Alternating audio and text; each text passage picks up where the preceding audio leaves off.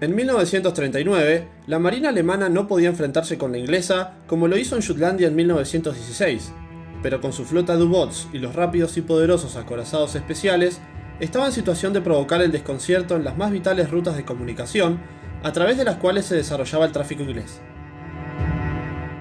Dos de esos acorazados habían abandonado su base antes del comienzo de la guerra, y uno de ellos, el Graf Spee, inició un recorrido que llamó la atención de todo el mundo. Nombrado en honor al almirante Maximilian von Spee, el Admiral Graf Spee fue un crucero pesado de la clase Deutschland, un concepto de cruceros fuertemente blindados y artillados que en teoría se atenían a las limitaciones impuestas a Alemania por el Tratado de Versalles, pero que en realidad las excedieron notablemente. Superaban las características de un crucero pesado, pero no llegaban a igualar a las de un acorazado, por lo que fueron bautizados como acorazados de bolsillo. Al estallar la Segunda Guerra Mundial, la directiva del alto mando alemán fue breve y precisa. La marina alemana llevará a cabo su propia actividad bélica contra las unidades mercantes, y su principal objetivo serán los buques ingleses. Para cumplir dicha misión, los acorazados de bolsillo con el auxilio de barcos de apoyo eran sin duda las unidades idóneas. Con tales buques, el mando naval alemán esperaba tener resultados inmediatos y decisivos, y en agosto de 1939, antes de que se produjera la declaración de guerra, dichas unidades recibieron la orden de zarpar hacia el Atlántico, si bien Hitler no les concedió una inmediata libertad de acción. Pero el 26 de septiembre, ante la insistencia del almirante Erich Rieder, se concedió autorización a estos acorazados para que iniciaran sus actividades bélicas, y para ese entonces, el Graf Spee ya se encontraba a la espera en el Atlántico Meridional.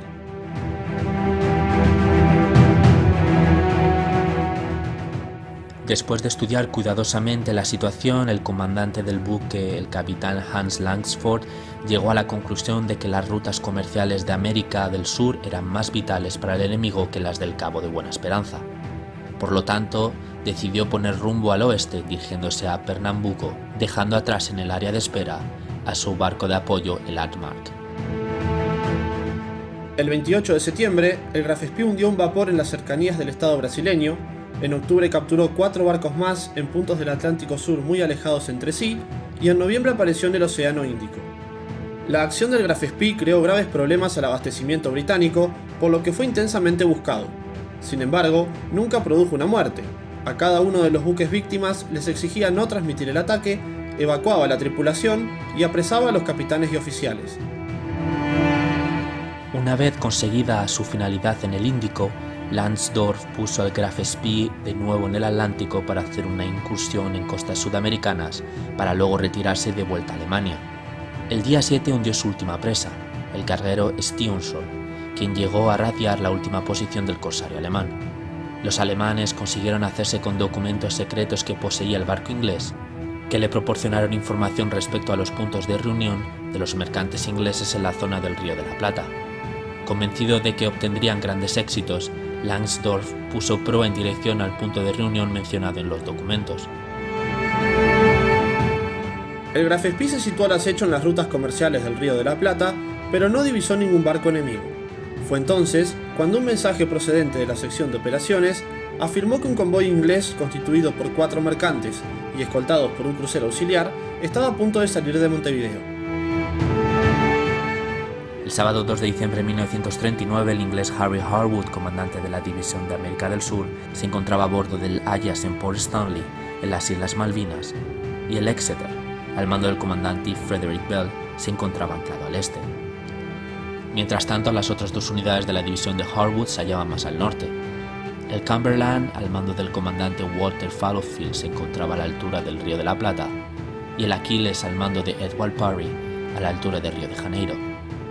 Las últimas noticias que Harwood había recibido del Graf Spee se remontan a 17 días antes, el 15 de noviembre, cuando la unidad alemana se encontraba en las aguas de Madagascar.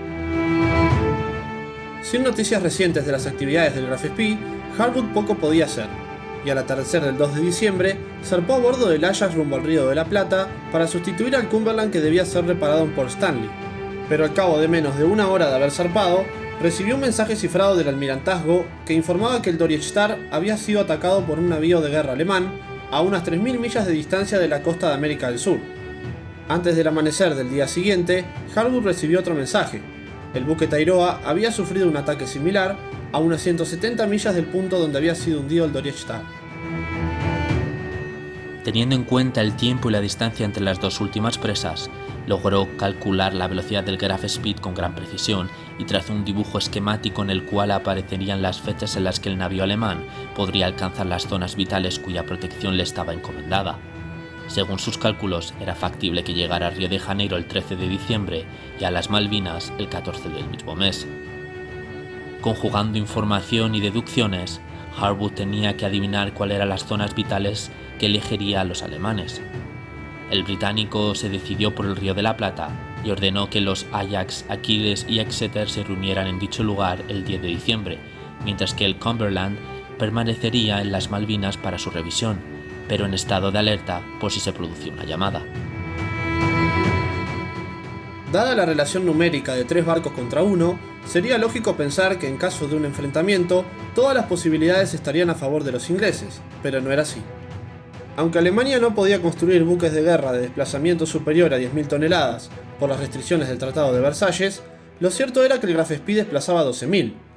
Además, era un barco de concepción revolucionaria. El casco estaba soldado, los motores alternativos diésel le permitían navegar a 26 nudos y poseía una autonomía de 12.500 millas. Las partes vulnerables del casco y de la superestructura se hallaban protegidas por un blindaje de casi 14 centímetros de grosor. Montaba 6 cañones de 280 milímetros, dispuestos en 2 torretas triples que disparaban proyectiles de 304 kilos, con un alcance máximo de 22 kilómetros. Incluso, el armamento secundario, compuesto de 8 cañones de 150 milímetros, podía competir ventajosamente con las piezas artilleras principales del Ajax y del Achilles. Estas unidades inglesas disponían de 8 cañones de 152 milímetros que disparaban proyectiles de 50,8 kilogramos con un alcance máximo de 22 kilómetros. Solo un disparo muy afortunado con proyectiles de este calibre podía dañar de modo sensible el blindaje del Graf Spee. El Exeter podía haber dispuesto de 8 cañones de 203 milímetros con un alcance máximo de 24 kilómetros, pero según las restricciones internacionales solo contaba con 6. Los 3 buques llevaban un avión pero carecía de radar, a diferencia del buque alemán, si bien este último tenía una escasa eficacia y no se empleaba en combate. Como resultado, y aún enfrentándose con los 3 buques a la vez, Lansdorff no tenía motivos para temer, ya que el Graf Spee podía entablar batalla a 17 millas de distancia, mientras que el alcance del armamento del Ajax y del Achilles no superaba las 9 millas. El único aspecto desfavorable para el comandante alemán radicaba en que un disparo afortunado de la artillería del Exeter pudiera perforar el blindaje de su barco. En el supuesto de entablar combate, el Graf Spee debía mantenerse lo más alejado posible de los barcos enemigos y concentrar el fuego de sus torres principales sobre la unidad que constituyese la mayor amenaza hasta ponerla fuera de combate. Esto era lo que esperaba el comandante de la marina, el almirante Reeder. Así, Lansford aprovecharía el punto a su favor más importante, el superior alcance de sus cañones. Harwood también fundamentaba su acción en procedimientos tácticos básicos, como el de concentrar en un solo grupo naval todas sus unidades.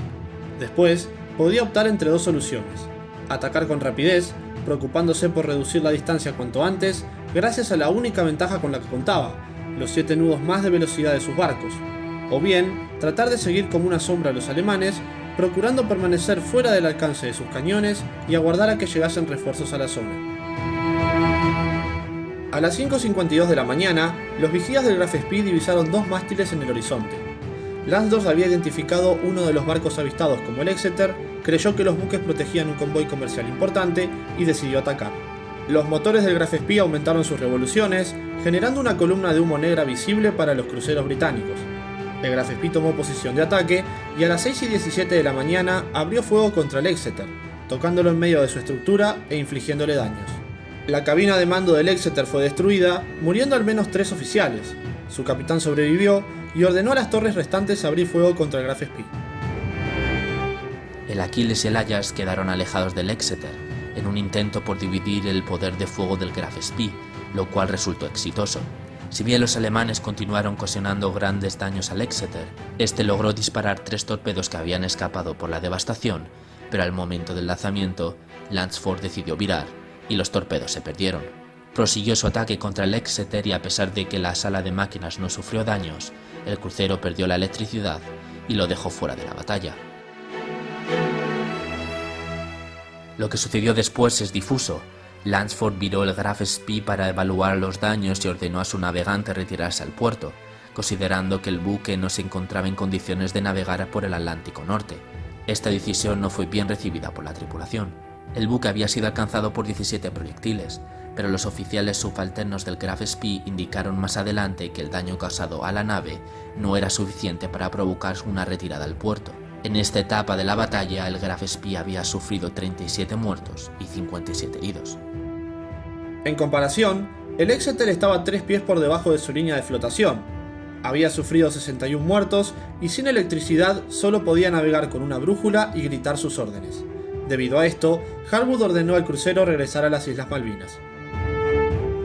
Lansdorff envió un informe a Berlín. Bloqueo nocturno muy estrecho. Ninguna esperanza de poder huir hacia el mar y abrirme camino hacia la patria. Solicito decisión si el buque debe ser hundido, no obstante la insuficiente profundidad del Río de la Plata, o si es preferible internarnos. Respuesta de Berlín. Intentar prolongar de todas las formas la estancia en aguas neutrales. Combatiendo, abriros camino hacia Buenos Aires si es posible. No internarse en Uruguay. Si el buque debe ser hundido, destruirlo completamente. Si el Graf Spee estaba realmente tan dañado es materia de discusión.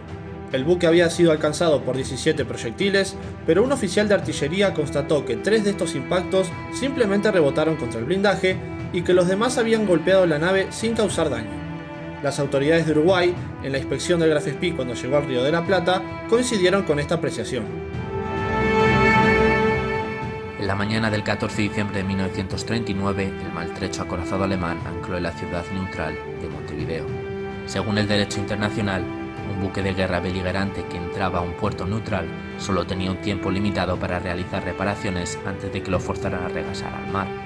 Con los refuerzos que venían a toda marcha por el Río de la Plata, los británicos estaban ansiosos por demorar la partida del Graf Spee lo máximo posible.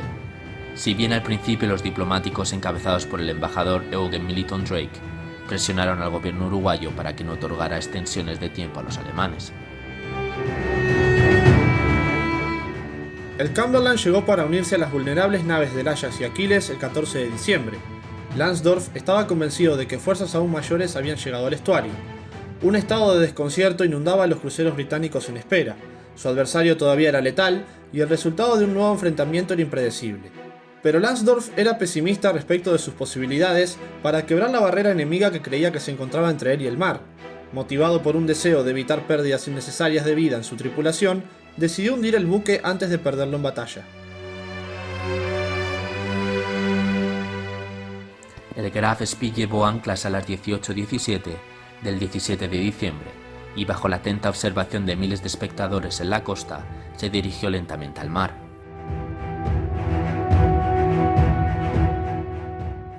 El barco se detuvo, la tripulación abordó el carguero Tacoma con rumbo hacia Buenos Aires y se hicieron explotar las cargas para hundir el buque.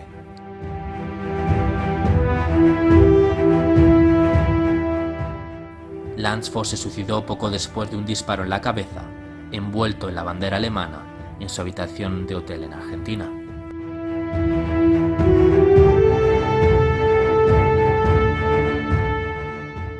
El resultado inmediato de la batalla entusiasmó enormemente al almirantazgo británico, ya que se había eliminado una gran amenaza a la navegación por el Atlántico. El poderoso buque de guerra alemán fue destruido y muchos navíos de la Marina Real Británica se vieron liberados para retomar otras tareas. Pero el impacto moral y psicológico fue más importante que los resultados materiales, ya que fue el primer puñetazo asestado en pleno rostro de los alemanes.